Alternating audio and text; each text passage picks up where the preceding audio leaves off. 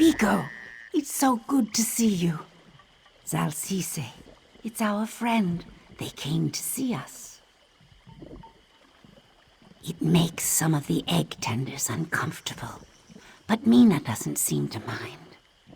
I think being among the Hist's roots will be good for Xal-Sisei, so I'll bear the watchful stares if that's the price I have to pay. Good. I think the quiet of the Uzith is helping her adjust to being around other people. She seems much calmer, doesn't she? The healers seem oblivious, but I can tell. They've never seen anything like Xal-Sisei. She's one of a kind. They don't know what to do with her. I know they are trying to help, but I can tell they don't believe she can be like us. She doesn't have to be. She'll always be my Xal-Sisei. All thanks to you. You're truly a blessing from the Hist. We'll never forget everything you've done for us. Not ever.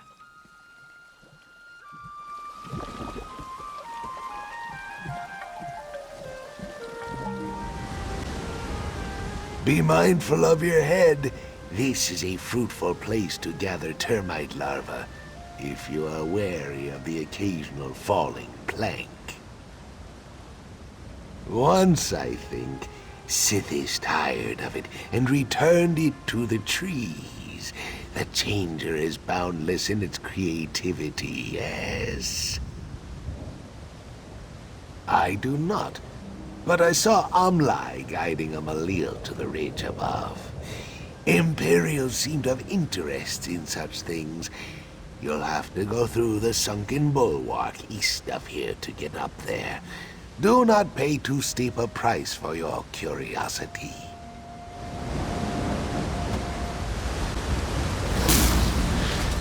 Tell me, is it a dry-skinned custom to come gawk at this wreck? It is a lump of rotting wood. Not even good for burning anymore, yet Ojel always asks to come. I will take their coin and put it to better use. A better question would be why anyone would care. It is the rotten husk of a dead tree. The fact its shape is different does not make it any less useless. Perhaps it was shaped by the dreams of the Hist and fell from the sky. Or perhaps this tree simply desired a headdress. Does knowing either change that it is now a tangle of soggy sticks? If you want to play guessing games, speak to the dry skin.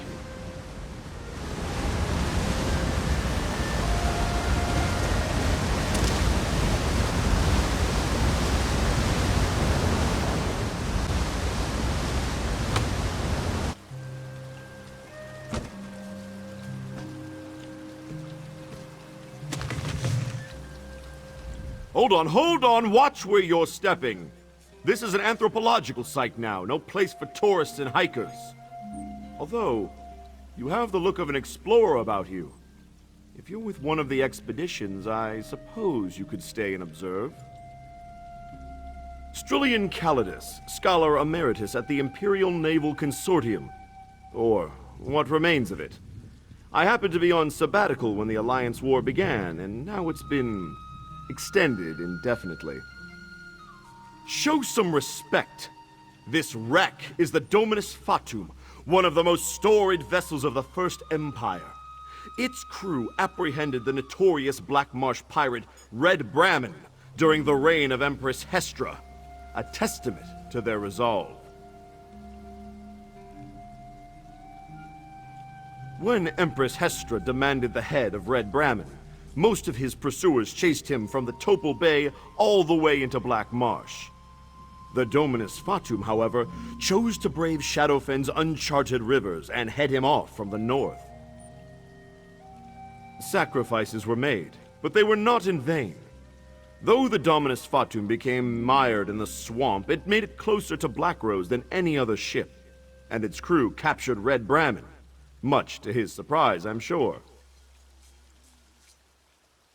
I don't know, but I'm thankful for its safekeeping. The Dominus Fatum would have drowned in muck otherwise. The ship may have careened over the embankment and into the branches, but the tree might not have even been here 1,000 years ago. Because I am, or was, the chair of Vexologium at the Consortium, and I can count the number of Dark Elf vessels that flew an Imperial Vexillum on one finger. Flag. Imperial vessels, particularly those of the early First Empire, carry their unique banner into battle, hung suspended from a tall pole by a crossbar. It didn't, but the frame that bore it was little worse for wear. After I scraped the grime off, I can tell you few units had the honor of carrying their Vexillum on a solid gold frame. The crew of the Dominus Fatum have that distinction. It was captured by the Empire during the Battle of Tyr Harbor, during the War for Siljanorn, what would become Stormhold. In honor of their defeat of the Indoril fleet, the flagship was given to the Legion and christened the Dominus Fatum.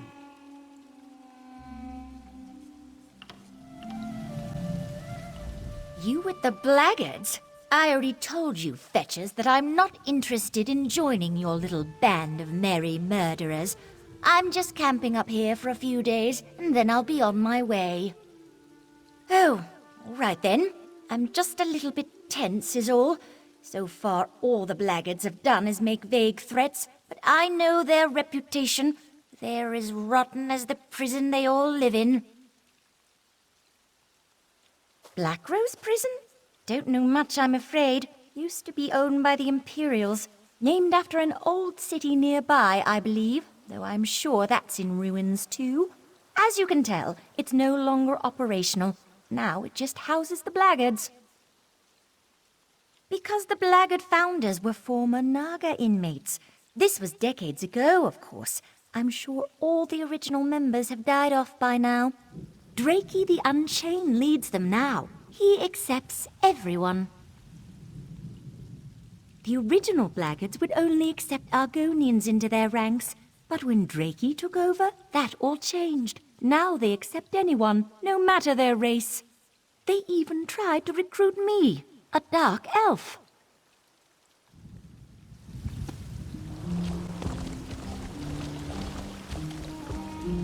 My eyes widen in surprise. Why do you come to Black Rose Prison? I attempt to work up the courage to hobble back to the Deadwater Village. But only I sit, my will as broken as this leg. To my great dishonor, I was captured alive by the blackguards. They planned to ransom me, but my tribe refused. That was when I was put in their gauntlet. A series of harrowing battles, one after another. My leg shattered. I waited for a swift death, an honorable warrior's end. Instead, they let me go. They knew that the shame of returning to my village, broken and dishonored, would be far worse a fate.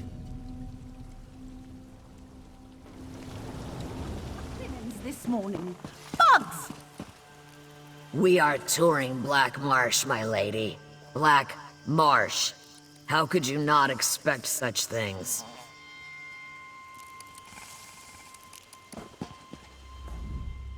I knew this was a bad idea the moment I laid eyes on this dry skin. Why would she even come to Murkmire if she expects such things? My lady over here offered to pay me to guide her through Murkmire. I've done my best to accommodate her, of course. Her bedroll has clean linens, our food is freshly prepared. Yet she spits in the face of my hospitality with her demands. She complains about the insects, about the mud, about the heat. This is a swamp. The dry skin even demanded she ride in a carriage. A carriage? Through a swamp? I have never heard of such ridiculousness in my life. You're right. The longer I spend here arguing, the less time I have to offer my tours to those who truly wish for them. I will take her to Lilmoth and be done with it. Very well. I will take you back to Lilmoth without any payment. Very good. I hope you never put anyone else through this torture. Who pays good gold to wander through the muck?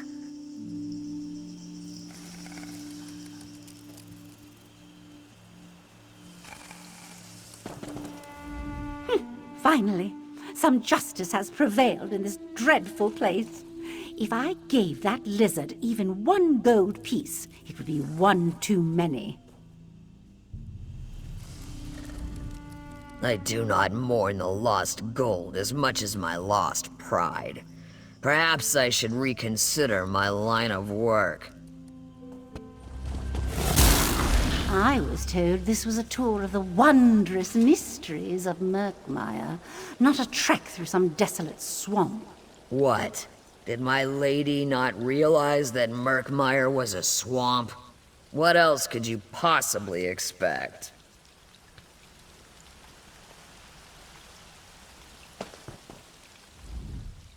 I knew this was a bad idea the moment I laid eyes on this dry skin.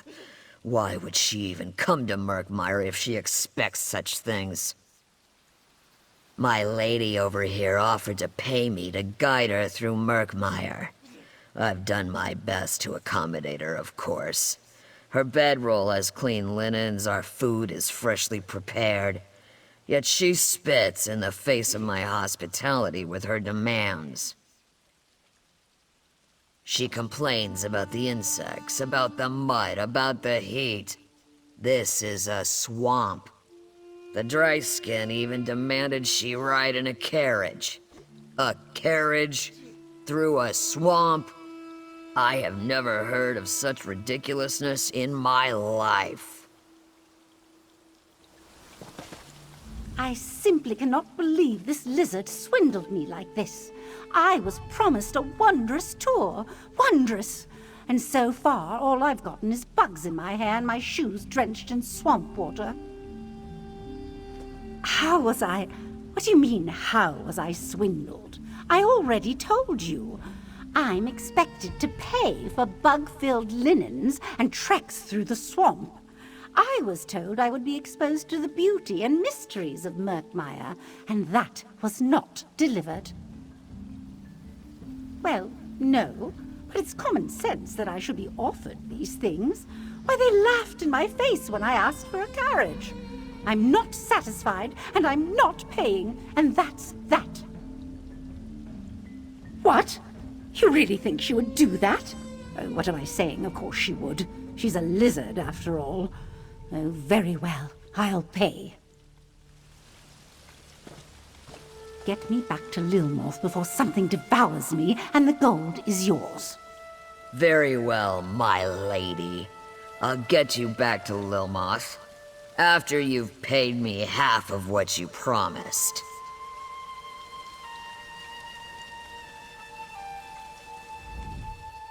Many thanks for your help, Pico. I thought I'd never get her to change her mind.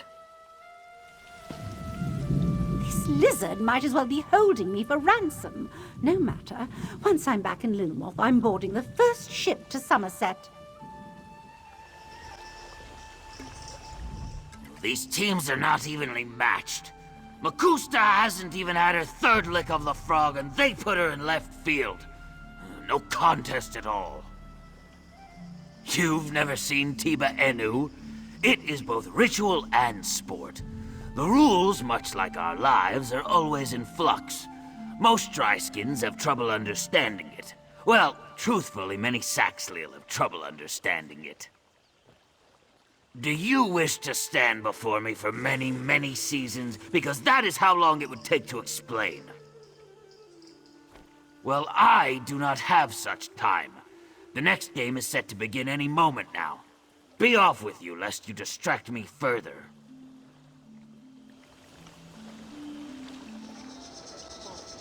It will be a long time before the tribe accepts them. Even Brightthroats have limits to their trust.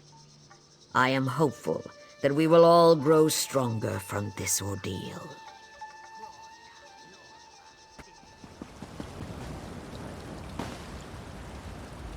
So much agony has taken place here. So much pain. But to wallow in such sorrow will only invoke Shunate. We cannot allow what has come to pass stop us from working towards a new tomorrow. Shunate means something along the lines of regretful stomach in the dry-skinned tongue.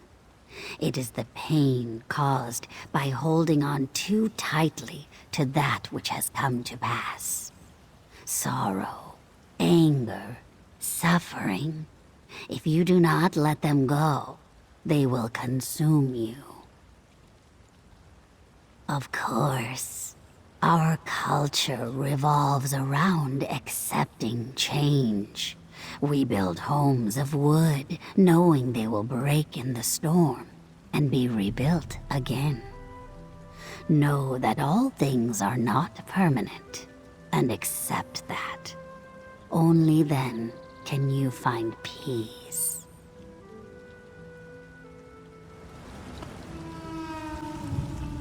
I thought doing work for Jee-Lar would prepare me for adventuring in Murkmire. So far, none of the insect-repelling candles have worked, and all that salted meat leaves my mouth drier than a desert. Is everything in this swamp trying to kill me? I nearly got smashed to a paste by a myrgont, mauled by a salamander, strangled by no less than 4 types of vine. I'm afraid to do business behind a bush for fear it'll take a swipe at me. Tending above the water is not so hard. Clip the vines, clear the path of moss. But below the surface, the struggle against the muck is endless. A season of that is reminder enough of why dusk fell. I do tire of gathering fresh food to preserve and store, only to take my meals from rations on the brink of rot. This season will be a long one. Many pass through the refuge lately. Trouble must brew. This is not a well-trod path. This quiet muck should stay undisturbed, save for the tenders. When the refuge sees visitors, calamity is not far behind. A secret place. A safe place. What you can see is only the surface. Below the cloudy waters, far, far below, is a place where all our tribes take shelter when Sithis seeks to reshape Murkmire. Invasion, disaster, nothing follows us into the mud. For now. Every season, the tribes send tenders to keep the refuge prepared for when the great changes come. No one ventures here without a need. When the trouble follows, the refuge will be ready. We sail on the next tide, but there's still enough time to have a few drinks with an old friend. Sit and regale us with tales of your latest exploits. I'm always pleased to see you healthy and alive.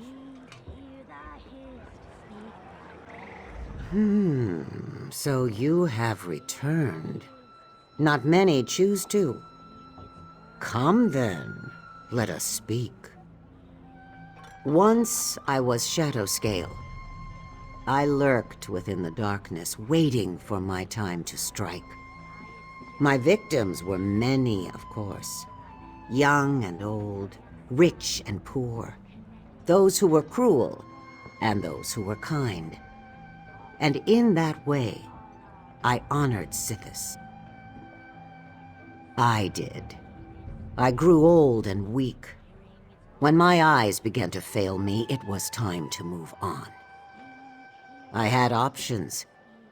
I could train hatchlings born under the shadow in our dark ways, or create poisons for my sanctuary.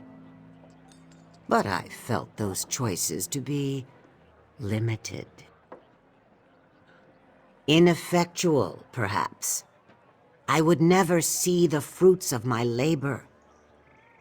For a lifetime, I have honored Sithis with a corpse laid at my feet. How could I spend my final days prattling wisdom to hatchlings, creating poisons for others to use? I have become Kuvaste, that which sparks the needed change. In the past, I ended life which must be ended. Now, I assist the change which must occur. Of course, both ways honor Sithis, for he who is void is both destroyer and creator.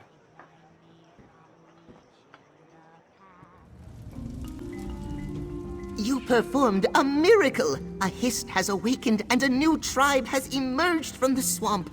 It's enough to make my tail spin and spin. Thanks for aiding us in these matters. I will always consider you a friend. Listen to that, Hassan. Frogs. They make music with frogs.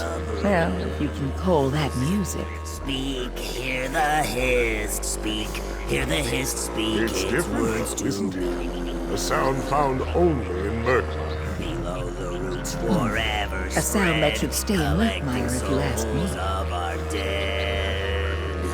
Speak, hear the hist. Perhaps if we got hear one the for the hist, town. speak its words to me. No, absolutely not.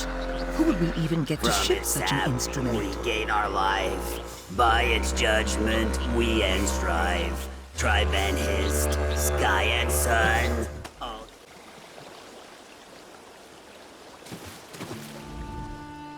Do I have the look of one who wishes to talk? Begone! Sublime, my brother. You're a long way from the Gold Coast. If you seek aid, look for another in our order. I have been entrusted with a sacrament. And you as well, brother.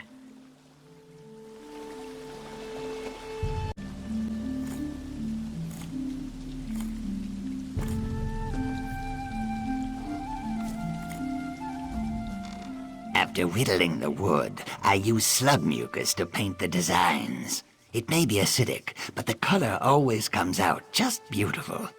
Well, worth the occasional burn. Poor Seas is being bothered by that locule again. Does he not realize she's as mute as a stone?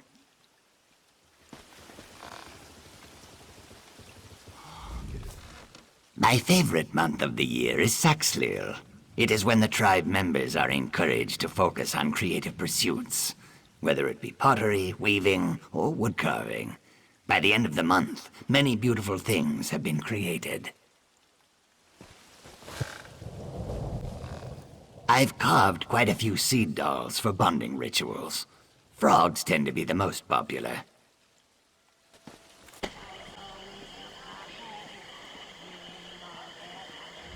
Joy, anger, misery. They will come, and they will pass, as all things must one day pass. Know that truth, and you shall know Sithis. In the beginning, there was void. That was Sithis. One day all shall become void again. We must be empty like the void, and from that emptiness we shall create, like Sithis created all that is. All is created, then changed, then ultimately destroyed. That is why we must allow all things to pass. Why grasp onto that which one day will be no more? Wealth, youth, life. Know they will pass as all things must pass, and let them go. History. Can we truly discover the truth of the past? Or are we forced to view it through the eyes of the victors, the survivors, and the silver-tongued poets? Forgive me. My passion for historical knowledge often overwhelms me. History. Can we truly... I long to test myself in battle. Perhaps the war in Cyrodiil will help me accomplish this. But is such a goal worth dying on foreign soils, away from the roots of the Hist? I am not sure on this, and so I sit and think. Years as a warrior of Murkmire have given me confidence as a warrior, yes. But do I wish to use those skills for the good of Nords and Dark Elves? This I am not sure. The war in Cyrodiil is so far from the swamps of my homeland. Will such a battle help protect my tribe? Help my village prosper? Still, a large stone creates long ripples. This I cannot help but ponder on. These packed geese have many words to speak. Words of victory and honor, and of the glory of battle. So many words, I am surprised their tongues do not tire. Still, I listen. It would do no good to close my ears to such things. These dark thoughts that cloud my mind, I'll leave what has been behind. I can't be the only one confused right now. This is supposed to be music? What in Trinimac's name? Is this supposed to be some kind of music? Far be it for me to question Argonian culture, but this is just a bunch of frogs croaking, isn't it? How am I supposed to dance to this? There ain't no tempo. Heck, there's not even a melody.